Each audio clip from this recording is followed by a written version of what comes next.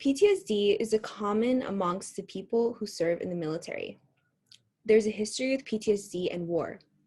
Back in World War I, symptoms of PTSD showed correlation with those who were shell-shocked.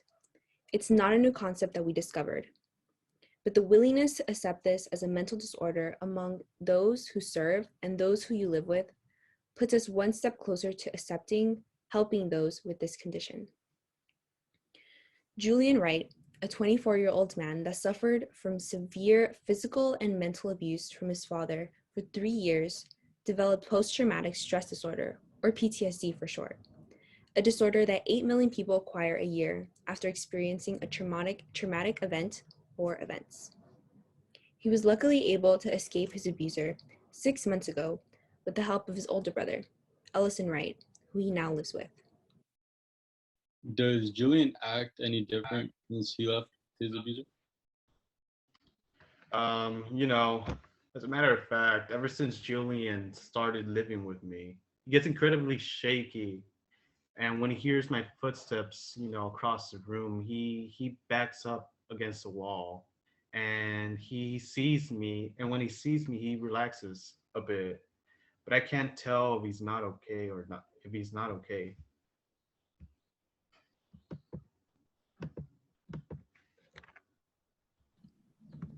Sounds that can be associated with the victim's trauma can be triggering for them. Ellison mentioned how his brother never knew what mood his father was in. Every day, it was like walking on eggshells.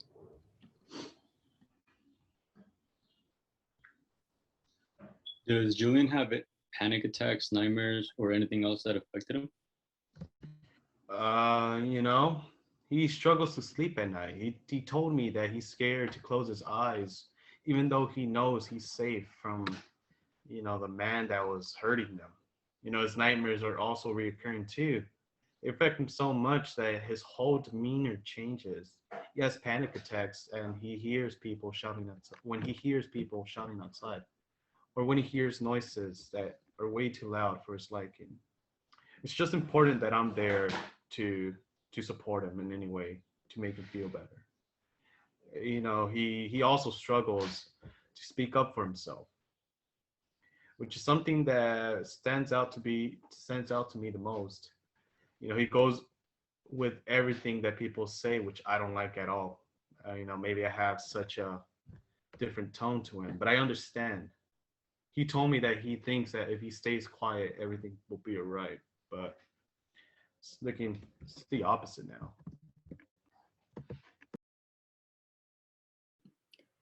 While victims that escape their abusers know they are in good hands, the fear doesn't recede over time. Nightmares and panic attacks are common. Due to uncomfortable situations, they feel like they have no control over.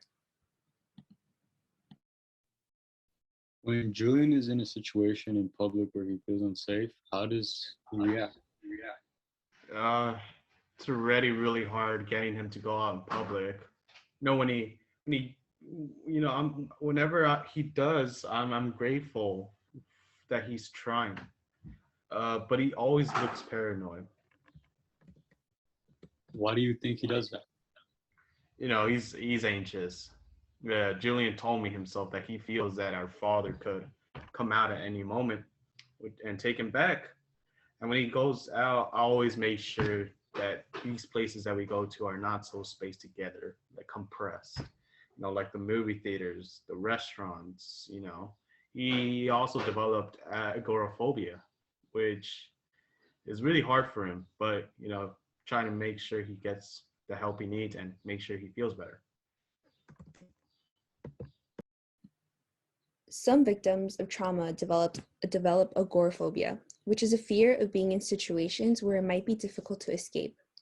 While the general definition of this phobia would be the fear of open spaces, it is much more complex and can vary from person to person.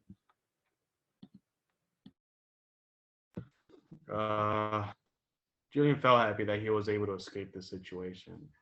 He felt free. Then it was a feeling of what now? What am I going to do?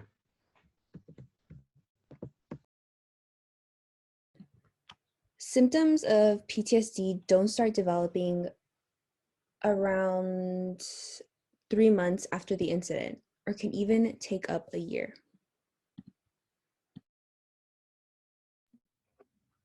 Hi, I'm Dr. Nolan. I just wanted to tell you how your brother Julian got PTSD, or what it is. PTSD is a disorder that a person who has been having difficulty recovering from a terrifying consequence. Like you told me about him having an agoraphobic moment in public.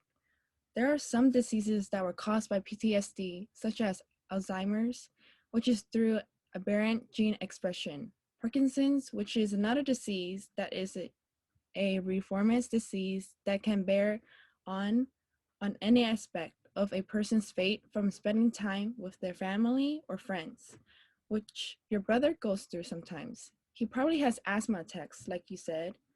He has trouble breathing because of situations like going in public spaces, and panics because he thinks he'll take advantage of. This disorder is usually developed around the ages of 40 to 50. The Gadala, which is one of the parts of his brain, deals with the suspense and affection that he has been dealing with, have been more resourceful from the part of his brain, and the hippocampus, which is another part of his brain, ascends the memory he has shrinks that concludes to make him have this PTSD disorder. While overcoming trauma may seem close to impossible, it's important to know that there are solutions to these things. Cognitive therapy can help someone recognize certain ways of thinking that are keeping them stuck. It's common for some people to feel guilty about aspects of the incident that weren't their fault to begin with. Cognitive therapy can help people look at what happened to get a realistic perspective on their trauma.